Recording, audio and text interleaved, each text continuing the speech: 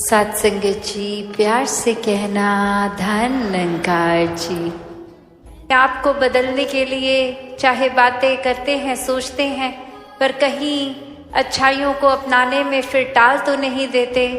जैसे अक्सर हमें पता भी होता है, एग्जाम्पल कि सुबह जल्दी उठना है और अलार्म जिस टाइम का है, और फिर 2-3 अलार्म लगा ही लेते हैं कि चलो पहला वाला तो ऐसे ही बंद कर देंगे, वापस सो जाएंगे।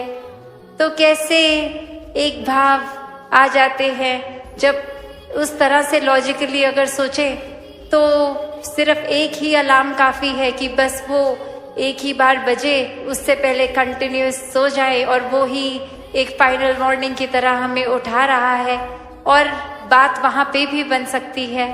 पर कैसे हम ये डिले करना चाहते हैं चीज़ों को, और उस तरह से कि ये पहला अलार्म इसलिए कि दूसरे से पहले एक संतुष्टि मिल जाएगी कि अभी 5 मिनट और सोने को हैं। तो कैसे मन हम छोटी छोटी चीज़ों से भी अपना बहला लेते हैं, कैसे मन में खुद ही एक कॉम्प्लिकेशन जो इतना सिंपल सोल्यूशन भी है तो खुद ही डाल देंगे, फिर उसके बारे में सोचेंगे और फिर अंत में वो सोल्यूशन इतना सिंपल लगेगा। वैसे ही ये आत्ममंथन से कंक्लूजन्स भी यही निकलती हैं कि दुनिया के सारे रंग हमने अपने अंदर डाल लिए हैं। इतना हर एक बात का असर इस तरह कभी कभी बांध लेते हैं कि बस किसी एक ने एक बार कुछ ऐसा बोल दिया तो वो मन उस इंसान के लिए हमेशा के लिए ही मैला हो गया। तो ये जब निराकार प्रभु को आधार लेते हैं तो वाकई ही फिर वो हमारा एक कंफर्ट का जोन जितना होता है उससे बाहर भी चले जाते हैं, और मन फिर बहुत ही चीज़ों को सिंप्लीफाई भी कर लेता है कि ये दातार का अब आधार लिया है इस निराकार प्रभु परमात्मा का।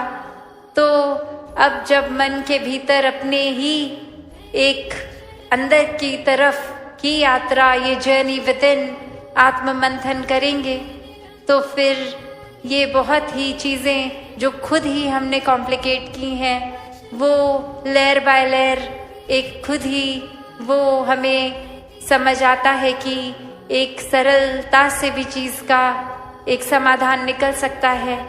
जहाँ हम इतने थॉट्स को, इतने भाव को, इतने इमोशंस को कंटेन भी नहीं कर पाते, वो एक टर्मोइल सा आता है मन में, वहीं ये सहजता आते ही, इस निराकार का एहसास होते ही ये सुमिरन रूप हो, तो कैसे फिर सारी चीज़ें स्वयं ही अपने भीतर भी शांत लगती हैं कि एक कारण मिले ना मिले, कोई वजह मिले ना मिले, फिर भी ये विश्वास जहाँ आ जाता है कि हर पल में जब निराकार है और निराकार ऐसा कुछ नहीं करेगा जो हमारे लिए उचित ना हो, तो एक बुरी सी बुरी चीज़ भी जो 1 मिनट पहले हमारे अकॉर्डिंगली थी, वही मन शांत हो जाता है। वहीं एक ये भाव आ जाते हैं कि ये अगर कोई चीज़ है तो इसमें से हमने सीखना क्या है, ये सिर्फ कुछ सिखाने के लिए ही आई है, और वो चीज़ सीख लिया जाए। कैसे अपने मन में हम धीरे धीरे इस तरह छोटी छोटी चीज़ों से ही पवित्रता डालनी शुरू कर सकते हैं। ज़रूरी नहीं कि अगर सड़क पे चल रहे हैं तो वो कचरा उठा के अपने हैंड बैग में, अपने बैकपैक में हमें डालना है।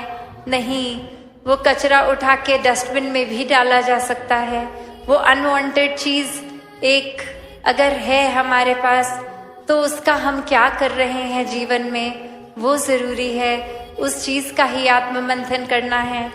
जैसे हम जितना कुछ भी दिन में देख रहे हैं, सब कुछ तो हम नहीं एक अब्जॉर्ब करते। हमारा दिमाग उस तरह से चीज़ों को फिल्टर करता है कि जो प्रायोरिटी लगे वो दिन के एंड तक भी चीज़ याद रहती है। और कितनी चीज़ तो हमने चाहे दिन में अनेकों थॉट सोचे भी, अगर हम गिनती करने आए तो आधे से ज़्यादा तो कॉन्शियसली याद भी नहीं होंगे क्या क्या आज सोच लिया।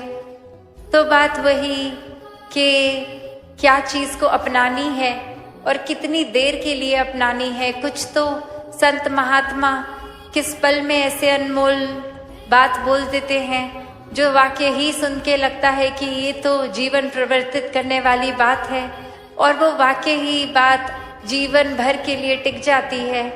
और वहीं हम अक्सर कुछ ऐसी छोटी हल्की बात कि कुछ हम कह देते हैं या हमारे साथ घट जाती है अगर घटना, तो उसको चाहे वो लिटरली इनसिग्निफिकेंट होती है, फिर भी उसको हम बस उसको पकड़ लेते हैं और वो भार बना के जीवन भर वो भार को ढोते ही रहते हैं।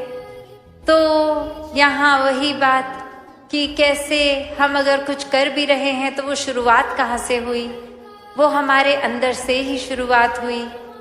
एक उदाहरण, ये एग्जाम्पल, जब भी हम कहीं अगर पहाड़ी इलाके किसी हिल स्टेशन में आते हैं तो अक्सर ऐसे पॉइंट्स होते हैं जहाँ से हमें लगता है हम अगर कुछ जोर से बोल रहे हैं तो वो एको करके वापस आता है हमारे कान में, वही बात, हमारे शब्द ही।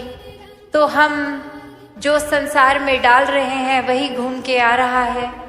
और उसी तरह कैसे हम अगर कोई अच्छी बात बोल देंगे, घूम के अगर आ भी रही है, तो ये उन पेड़ों को, उन पत्थरों को कुछ उस अच्छी बात का असर हुआ नहीं। वहीं हम अगर कोई बुरी बात, कोई गाली गलौज भी जोर से बोल देंगे और वो हर जगह से हमारी ये साउंड फ्रीक्वेंसी ये छूती हुई वापस एको करके हमारे पास वापस शब्द अपने ही अपनी आवाज में आ जाएंगे वो बुरे, तो भी क्या चीजों को जिनसे वो आवाज हमारी टकराई फर्क पड़ा नहीं, वो अभी भी वैसी की वैसी। तो एक बात वही कि अक्सर हम ये सोचते हैं कि हम अगर किसी को कुछ बुरा बोलेंगे तो अगला कितना परेशान होगा और ये उसको एक सबक मिलेगा कि कैसा महसूस होता है बुरे शब्द सुनना। उसके लिए बोल भी दे हम तो उस इंसान को उसी पत्थर और पेड़ की तरह हो सकता है कोई फर्क भी ना पड़े हमारे शब्दों का, पर वो वापस हम पर जब घूम कर आई, रात की नींद हमने खुद अपनी खराब कर लेनी थी। उससे एक रात पहले जो तैयारी कर रहे थे कि कल तो मौका मिलेगा, वो व्यक्ति मिलेगा, ये पॉइंटर्स बना लिए हैं, इसको बहुत सार्कास्टिकली उसके आगे रख दिएंगे, तो उसका मन कितना खराब हो जाएगा। तो कैसे अक्सर एक हम अपना ही, जैसे दासी वो एग्जाम्पल देती है कि अपना खुद का हम हाथ कितनी बार जला लेते हैं सिर्फ ऐसी कोई गर्म चीज पकड़ने के लिए, जो नियत रखते हैं वो गर्म चीज सामने वाले पे फेंकेंगे, अगला जल जाएगा, और वो निशाना हमारा लगे उस इंसान को, वो चीज ना लगे, पर जितनी देर वो चीज हमारे हाथ में है, हमारा हाथ तो कंपल्सरी ये एक जलेगा ही जलेगा, वो तो कोई दूसरा उसमें ऑप्शन ही नहीं है। तो चीजें क्या अपने पास रखनी है मन में, क्या नहीं। और सिर्फ ये कोई एक वो बात नहीं कि समाज में एक बिहेवियरल बात की ही ऐसी नहीं हो रही कि अच्छे कर्म या बुरे कर्म, वो भी एक ब्रॉडर अगर आत्ममंथन की जहाँ बात हो रही है, सब बातें उसमें आती हैं, पर असल में तो ये अपनी खुद पे काम करने वाली बात है, ये अपने सुधार की बात है। वो चाहे हर तरीके का हो, पर जिन्होंने ये स्पिरिचुअल ग्रोथ को ही प्राथमिकता दी है, आध्यात्मिक पहलू को अपने अंदर इतना आत्ममंथन करके पक्का कर लिया, ये प्रभु परमात्मा से अपना नाता और गहरा जोड़ लिया, तो अक्सर हम खुद ये महसूस भी करते हैं कि जब भी हम ऐसे फील करते हैं कि हम स्पिरिचुअली ग्रो कर रहे हैं, तो बाकी सोशल पहलू, बिहेवियरल पहलू, संसार के अपने व्यवहार, अपने सामाजिक रिश्ते, सब खुद ब खुद बेहतर हो जाता है, क्योंकि मन हमारा एक टिक रहा है सही जगह। वो एक पॉजिटिविटी की शुरुआत होते हुए वो हर पहलू में जीवन के फिर एक रिपल इफेक्ट से पहुंचती है।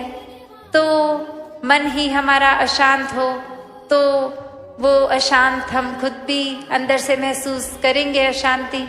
और हम एक जिस तरह एग्जाम्पल दासी ने ये दिया कि जो शब्द बोलेंगे, अगर हम कुछ इरिटेट होके, एक चिड़चिड़ होके शब्द ऐसे बोलेंगे तो वो एक अंदर की स्थिति ही बाहर आई है, और वही हम पहुंचाएंगे और वही वापस मन को तंग करेंगे शब्द हमारे अपने खुद के हमें भी। तो ये अंदर ही इस तरह परमात्मा को एक हमेशा के लिए अगर धारण कर ले 24 घंटे के लिए, तो फिर वाकई ही इस एहसास में कि ये परमात्मा की जीवन में मौजूदगी है, ये परमात्मा तो हर समय ही अंग संग है, सिर्फ हम ही इससे दूर होते हैं। वो पल जब ये हमेशा आंखों के सामने होने के बावजूद भी हम ही अपनी आंखें इससे चुरा लें, तो ये फैक्चुअली परमात्मा को तो फर्क नहीं पड़ेगा कि हम इसको देख रहे हैं कि नहीं। ये तो हमारी ही बेहतरी के लिए है कि हम वाकई ही अपना सुधार तब तक ही कर पाएंगे जब जब परमात्मा को मन में एक पक्की तरह विराजित कर लें। तो एक भाव यही हर किसी का रहता है, और पिछले 2 दिनों और आगे आने वाले दिनों में भी यही भाव आत्म मंथन का, जो ये एक एक्टिविटी की बात नहीं हो रही, एक इंटेलेक्ट की बात नहीं हो रही, पर ये वही बात कि कैसे चाहे हम अब गुणों को छोड़ें, गुणों को अपनाएं, एक अपना विश्वास किस तरह परमात्मा पे कायम रखें, क्या चीज़ों को एक नज़रअंदाज कर दें, किस चीज़ों को एक पक्का मन में बांधें। ऐसे अनगिनत पहलू ये सब फिर निराकार के ऊपर आधारित हैं, तो स्पिरिचुअल ग्रोथ तो होगी ही, साथ में पल पल हम एक उस पहलू को भी अपने मानवीयता जो होती है, एक ह्यूमन वैल्यूज की बात होती है, दैवीय गुण, वो भी और जीवन में मजबूत होते हुए सभी पहलू हमारे एक हमको ही एक हमारी ही बेटरमेंट के लिए है, हमारा ही सुधार हो रहा है। और ये सुधार सिर्फ इसलिए नहीं कि कोई दिखाने के लिए किसी को, ये तो उतना ही सुधार हम एकांत में अपने कमरे में अकेले बैठे भी तो भी, या फिर 50,000 लोगों के बीच में बैठे तो भी। तो बात यही कि जहाँ सुधार की बात है वहाँ एक आत्ममंथन जरूरी है, वरना तो ऐसे भी व्यक्ति हैं संसार में कि जिनका खुद को तो ये रियलाइज करना बहुत दूर की बात कि किसी को चोट पहुँचाई है, अगर कोई बोल भी दे तो उल्टा उसी इंसान को और क्रोधित होकर जवाब देते हैं। तो ऐसे बात, ऐसे भाव भक्तों संतों के नहीं होते, ये तो हमेशा क्षमाशील ही रहते हैं। एक गलती हो ना हो, एक भाव मन में यही आता है कि सुधार अपना हमेशा हो। अगर किसी ने पॉइंट आउट की है कोई कमी, तो एक हमारा ही भला किया है उस व्यक्ति ने, ताकि हम और बेटर हो सकें। अपने मन में ये भाव तो संत आने ही नहीं देते कि अगर किसी ने कुछ गलत किया है तो उसको पलट के बोलें कि हाँ आप तो बिल्कुल ही परफेक्ट हो जो हमको इतना सुना रहे हो। नहीं, संत तो उस व्यक्ति के मन से इतना शुक्राना करते हैं कि शुक्र है आपने हमारी ये कमी हमारे सामने रख दी और इसी समय ये हम चेतन हो गए, इसका सुधार करना है। और फिर वो सुधार कोई डिलेड नहीं होता, वो उसी पल सुधार शुरू होता है। एक भी ठीक चीज नहीं हो रही और वो दिन जब खत्म होता है और अब वो इंसान अपने एक कोवर्कर के साथ ही सेम गाड़ी शेयर कारपूल पे अपने घर जाते हैं और वहाँ वो बोलते हैं कि आप आए हैं तो अब चाय पी के हमारे साथ ही जाइए। और कैसे वो देखता है कि जिस इंसान का ये दिन अच्छा नहीं भी गया होता, वो अपने घर की एंट्रेंस से पहले एक पेड़ है उसकी ब्रांच को टच करता है और फिर अपने घर में जैसे ही एंटर करता है वो शक्ल पे भी स्ट्रेस गायब, सब कुछ एक बिल्कुल खुशी से अपनी फैमिली को मिलता भी है, उनको ग्रीट करता है, बच्चों को गले लगाता है, प्यार देता है। तो ये करने के बाद जब उसका फ्रेंड वापस एग्जिट कर रहा है घर से, तो वो सी ऑफ करने के लिए गाड़ी तक आए फिर से, तो वो कहते हैं कि ये मैंने आपसे पूछना है, आप पूरे दिन मैंने देखा कि ये दिन didn't go as you expected, ये बिल्कुल आपके मुताबिक अच्छा दिन नहीं रहा काम पे। फिर भी आप गाड़ी में भी जब मेरे साथ थे तो हमने कोई कॉन्वर्सेशन नहीं करी, आप बस अपने ख्यालों में एक इतने सोच में डूबे हुए ही आ रहे थे। एक वर्ड भी हमने गाड़ी में कॉन्वर्सेशन का शेयर नहीं किया। पर आप जब अपने घर एंटर करने लगे, आपने इस ट्री को छू दिया, एक उसके बाद आप अंदर गए तो बिल्कुल मानो जैसे आप एक अलग ही इंसान हो गए हो। तो ये कुछ बात समझ नहीं आई, ये बात समझाएं। तो वो इंसान आगे कहता है कि ये मैंने अपने ही कन्वीनियंस के लिए एक मेंटल ऐसे एक एसोसिएशन इस तरह से बना दी है इस ब्रांच से कि मैं अपनी पूरी दिन की वरीज लाके या इस पेड़ पे टांग जाता हूँ कि ये काम का स्ट्रेस अब मेरे साथ घर नहीं एंटर करता। तो वो वहीं सारा बोझ रह गया उस पेड़ के ऊपर, और मैं अंदर बिल्कुल एक क्लीन स्लेट की तरह, एक फ्रेशनेस की तरह, एक घर वालों से जो प्यार मिलता है उनको भी वापस दे पाता हूँ। वरना अगर वही बोझ अंदर लेके आऊं तो फिर वही दिन का इतना जो अच्छा ना गया हो, वही एक इरिटेशन लेके मैंने भी आगे परिवार में वही दे देनी है, तो मेरा दिन तो नहीं अच्छा गया, आगे उन सबका भी मैं खराब कर दूंगा। तो इसलिए एक ये मैंने रूटीन सी ही बना ली है कि ऐसा करता हूँ। और फिर समझाता है कि पर कमाल की बात तो ये है, जब अगले दिन मैं बाहर फिर सोने के बाद एग्जिट करता हूँ अपना घर और उस पेड़ की तरफ देखता हूँ तो ऐसे लगता है जितना बोझ टांग के गया था अब तो काफी उससे हल्का होके बोझ टंगा हुआ है, क्योंकि घर पे इतने घंटे इतना प्यार जो मिला, इतना फिर से वो स्ट्रेंथ मिला एक आगे बढ़ने के लिए। तो जितना लेकर आया था अब वापस काम पे जा रहा हूं तो उससे कम ही लेकर जाऊंगा। तो बात इतनी छोटी सी इस कहानी में, पर फिर भी एक इतना गहरा मैसेज कि हम कैसे हर पल में ये भूल जाते हैं अक्सर कि अगर कोई दिन हमारा चल भी रहा है वो हमारे मुताबिक खराब दिन है, तो उसको अगर निराकार को याद नहीं किया तो छोटा सा भी बोझ बहुत लगेगा। और अगर उसमें भी लगा कि निराकार तो हर पल साथ है, कोई बात नहीं, बॉस गुस्सा कर रहे हैं तो कोई बात नहीं, हम अपनी डेडलाइन नहीं मीट कर पा रहे तो, या कोई भी एक स्टूडेंट लाइफ में भी एक टेस्ट रिजल्ट अच्छे नहीं एक आ रहे, पढ़ाई में ध्यान अगर उस समय फोकस नहीं बन पा रहा, या जो भी जीवन के पड़ाव में एक इंसान है, तो ये हमारे मुताबिक चीजें ना हो वो बोझ बन गया। वो तभी जब हमने उसी पल पे लेट गो नहीं किया, उसी पल पे निराकार पे नहीं छोड़ा, वरना तो वो बोझ उतना भी इकट्ठा ना हो उस इंसान का कि घर लाकर उस पेड़ की टहनी पे टांगना पड़े। तो बात इतनी सी कि हर पल ये दुनिया ने तो कुछ ना कुछ तरीके से फंक्शन करना है, और जब जब हमारे मुताबिक नहीं होगा उसको हम एक बोझ बना लेंगे।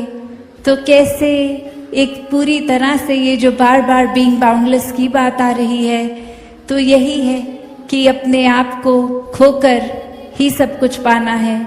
और ये चाहे फिर छोटी छोटी चीजें, एक डेली बेसिस का स्ट्रेस है, एक चिंताएं हैं, इच्छाएं हैं, या फिर कोई बड़ी बड़ी और चीजें भी कि एक कई बारी किसी ने जीवन में कोई एक बचपन से ही एम सेट किया होता है कि बड़े होके एक ये चीज अचीव करनी है, और वो मेहनत भी पूरी होती है, सब कुछ फेवर में भी आता है, पर वो फाइनल डेट पे जब वो काम होना है वो किसी वजह से नहीं हो पाता, और फिर ये पूरी लाइफ ही सेटबैक लगती है कि इतने साल इन्वेस्ट कर दिए, इतने दिन लगा दिए, ये अचीव तो नहीं हो पाया, और कोई प्लान बी भी नहीं रखा था, इसी पे पूरे चैनलाइज कर रहे थे।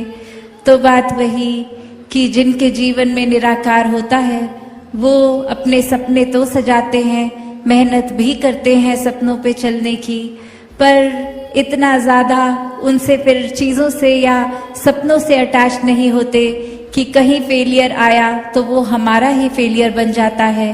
नहीं, वो सेटबैक्स संतों के लिए कभी सेटबैक्स नहीं होते, क्योंकि संत तो कभी भी मजबूर नहीं होते, संत तो कभी भी बंदिश में नहीं होते।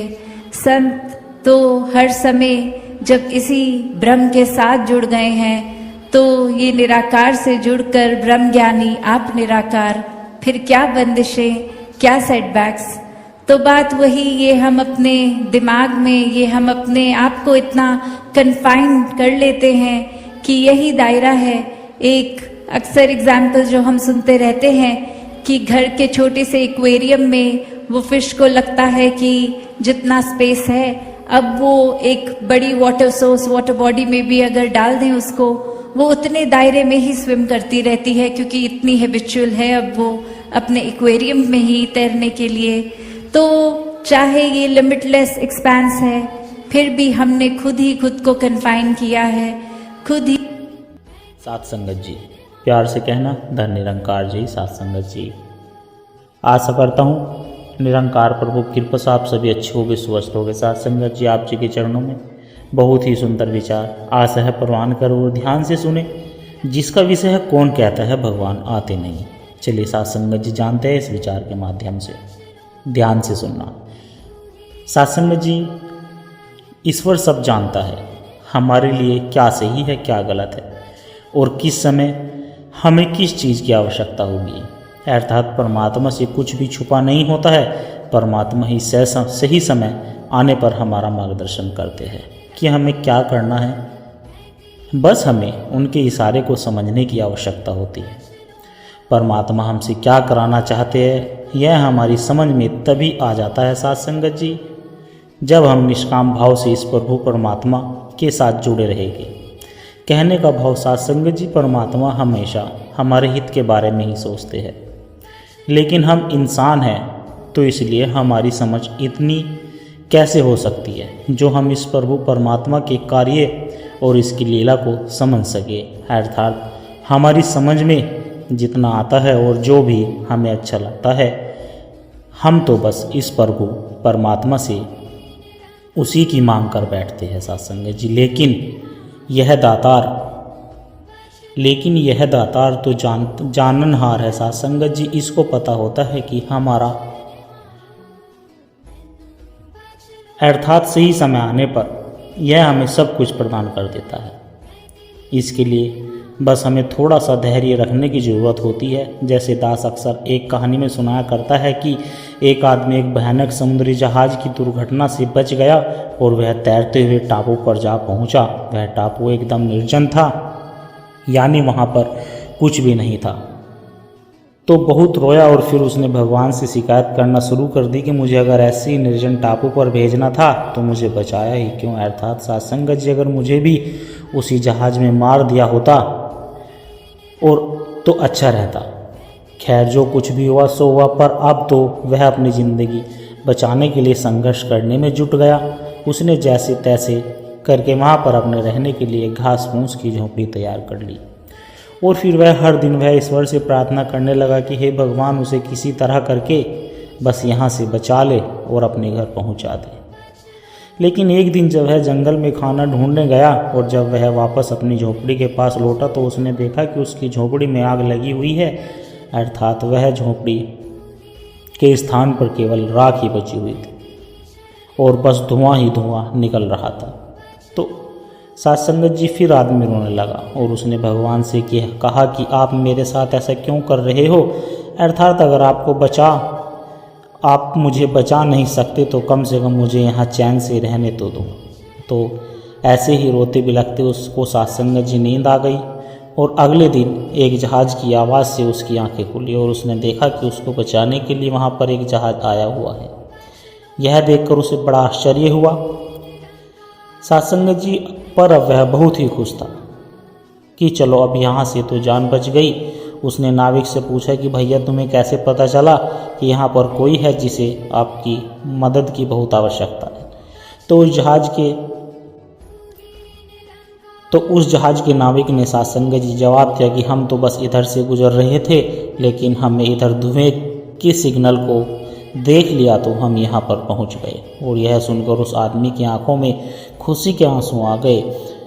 उसे बहुत अच्छा लगा और अब उसे परमात्मा की लीला को समझने में जरा भी देर नहीं लगी। साथ संगत जी, वह समझ गया कि अगर उसकी झोंपड़ी में आग नहीं लगी होती, न जाने कब तक वह यहीं पर ऐसे ही फंसा रहता, यानी उसको वहाँ पर कोई भी बचाने नहीं आने वाला था। साथ संगत जी, तो महापुरुषों, दास के कहने का भाव यही है कि प्रभु परमात्मा हमारी ज़िंदगी में हमेशा हमारे भले के लिए ही काम कर रहा है, यहाँ तक कि हमारे दर्द और पीड़ा में भी यही कार्य कर रहा है। तो जब भी हमारे जीवन में कुछ गलत हो जाए और कोई उम्मीद की किरण नज़र न आए तो हमें जल्दी ही निराश नहीं हो जाना चाहिए और ना ही जल्दी घबराना चाहिए, बल्कि हमें यह याद रखना चाहिए कि यह कठिन समय इस बात का संकेत है कि ईश्वर हम पर अपना आशीर्वाद बरसा रहा है। क्योंकि साथ संगत जी, हमारे लिए क्या अच्छा है और क्या सही है यह तो इसी को पता होता है, और ईश्वर को क्या करना है और कब करना है यह भी इसको अच्छे से पता होता है।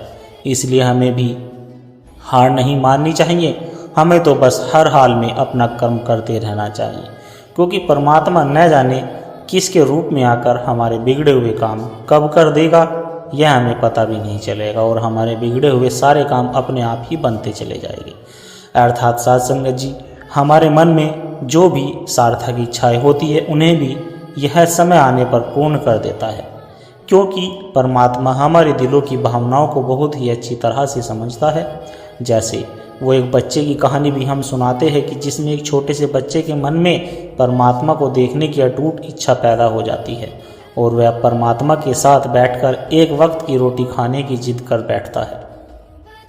महापुरुषों, उस छोटे से बच्चे के मन में भगवान से मिलने की इच्छा हुई तो प्रबल होती है, पर वह बच्चा भी इतना छोटा होता है कि उसे भगवान के बारे में कुछ भी मालूम नहीं होता। अर्थात साथ संगत जी, उसे नहीं पता होता है कि भगवान कैसे होते हैं या कैसे दिखते हैं। उसे तो साथ संगत जी बस एक बार परमात्मा से मिलकर उनके साथ एक समय की रोटी खाने की चाहत हो, और अपनी इस चाहत को लेकर वह एक दिन 5-6 रोटे लेकर थैले में रखता है और निकल पड़ता है परमात्मा को ढूंढने के लिए। चलते चलते वह बहुत दूर निकल जाता है और बस शाम भी होने लगती है, तो एक नदी के पास पहुंचता है और देखता है कि नदी के तट पर एक बुजुर्ग माता बैठी हुई है, जिनकी आंखों में बहुत गजब की चमक होती है और प्यार ही प्यार भरा होता है। ऐसा लग रहा होता है जैसे वह बूढ़ी माँ उसी के इंतजार में वहाँ पर बैठी हो, उसी का रास्ता देख रही हो। फिर वह छोटा सा मासूम सा बालक उस बुजुर्ग माता के पास ही जाकर बैठ जाता है और अपने थैले में से रोटी निकाल कर खाने लगता है, लेकिन फिर उसे कुछ याद आता है तो वह अपनी रोटी वाला हाथ उस बूढ़ी माँ की ओर बढ़ा देता है और उसकी ओर मुस्कुराते हुए देखने लगता है। बूढ़ी माता ने रोटी ले ली। माता के भी झुर्रियों वाले चेहरे पर अजब सी खुशी छा गई और आंखों में खुशी के आंसू भी छलक पड़े।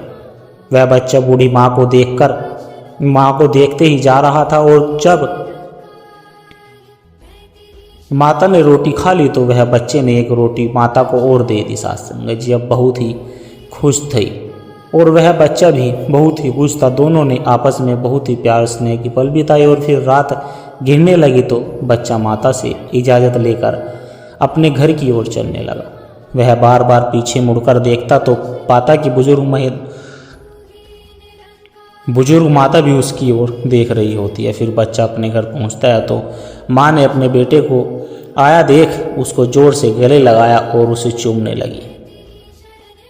वह बच्चा बहुत खुश था कि माँ ने अपने बच्चे को पहली बार इतना खुश देखा, तो उसने उसकी खुशी का कारण पूछा तो बच्चे ने बताया कि माँ, आज मैंने भगवान के साथ बैठकर रोटी खाई है और आपको पता है कि उन्होंने भी मेरी रोटी खाई है, लेकिन माँ भगवान बहुत बूढ़े हो गए हैं और उनके चेहरे पर बहुत झुर्रियाँ आ गई है। मैं आज बहुत खुश हूँ माँ। और उस तरफ वो बुजुर्ग माता भी जब अपने घर पहुंची तो गांव वालों ने देखा कि माता जी आज बहुत खुश लग रही है। किसी ने उनके इतने खुश होने का कारण पूछा तो माता जी बोली कि मैं 2 दिन से नदी के तट पर अकेली भूखी बैठी हुई थी, क्योंकि मुझे विश्वास था कि भगवान आएंगे और मुझे खाना खिलाएंगे। तो आज भगवान आए थे, उन्होंने मेरे साथ बैठकर रोटी खाई और मुझे भी बड़े प्यार से खिलाई। वह बहुत ही प्यार से मेरी ओर देख रहे थे और जाते समय मुझे गले से भी लगाया। मेरे भगवान बहुत ही मासूम है, बिल्कुल एक बच्चे की तरह दिखते हैं। तो महापुरुषों, असल में बात सिर्फ इतनी है कि उन दोनों के दिलों में ही ईश्वर के लिए बहुत ही सच्ची लगन और प्यार होता है। इसलिए ईश्वर ने उन दोनों के लिए दोनों में ही ईश्वर अर्थात खुद को भेज दिया था। कहने का भाव है कि जब हमारा मन ईश्वर की भक्ति में रम जाता है तो हमें हर एक में फिर वही नज़र आता है। अर्थात ईश्वर सदा हमारे करीब है, बहुत ज़्यादा करीब है, हमारे आसपास ही रहता है। और जब हम अपने दर्शन को सही मायनों में तराशते हैं, यानी जब हम सच में ही ईश्वर के दर्शन की प्यास लगी हो हर जगह, फिर हमें वही वो नज़र आता है, हर एक में वही दिखता है। साथ संगत जी, फिर चाहे हमारे सामने हमारा दुश्मन ही क्यों न हो, अर्थात हमें यह जीवन परमात्मा को पाने के लिए ही मिला है। परमात्मा के सिवाय सब कुछ नश्वर है, छूटने वाला है। परमात्मा के सिवाय कोई अपना नहीं। सारे रिश्ते नाते, धन जमीन, यह सब यहीं छूट जाएगा। इनसे क्या मन लगाना। जैसे हमें पिछले जन्मों के रिश्ते नाते ही जन्म में याद नहीं रहते, तो इस तरह से अगले जन्म में हमें इस जन्म के भी रिश्ते नाते याद नहीं रहेंगे। कहने का भाव यही है कि साथ संगत जी, उसी से लगाओ जिसने यह दिल बनाया। इस परम परमात्मा का ध्यान लगाओ, इस ईश्वर की तड़प में बैठो, क्योंकि जब एक ब्रह्मज्ञानी भक्त अपने मन को इस परम परमात्मा के साथ जोड़ लेता है, फिर उस पर दुनियावी बातों का कोई प्रभाव नहीं पड़ता। कहने का भाव साथ संगत जी, हर परिस्थिति में एक संतुलित भाव से व्यवहार करने लगता है, अर्थात वही उसका स्वभाव बन जाता है। तो महापुरुष अंत में दास बस इस परम परमात्मा से, इस दातार से ये अरदास करता है कि परमात्मा हम सबको सत्कर्म का मार्ग दिखाए, ताकि हम अपने जीवन के हर क्षेत्र में सफलता को प्राप्त कर पाए और इस जीवन को भी सफल बनाने के साथ साथ परलोक को भी संवारते चले जाए। साथ संगत जी, इसी अरदास और प्रार्थना के साथ दास आपसे इजाज़त चाहता है। बड़े प्यार से कहना, धन निरंकार जी। साथ संगत जी, आशा करता हूँ दास के द्वारा कहे विचार आप सभी संतों को अच्छे जरूर लगे होंगे। अगर अच्छे लगे हो तो वीडियो को लाइक करें, शेयर करें, कमेंट बॉक्स में धन निरंकार जी लिखकर अपने विचार साझा जरूर करें और दास के चैनल को भी सब्सक्राइब जरूर कर लें। और दास को आशीर्वाद दे, हर रोज आप जी के चरणों में ऐसे ही सुंदर सुंदर प्रेरणादायक कहानी विचार लेकर आता रहूं। साथ संगत जी, प्यार से कहना, धन निरंकार जी।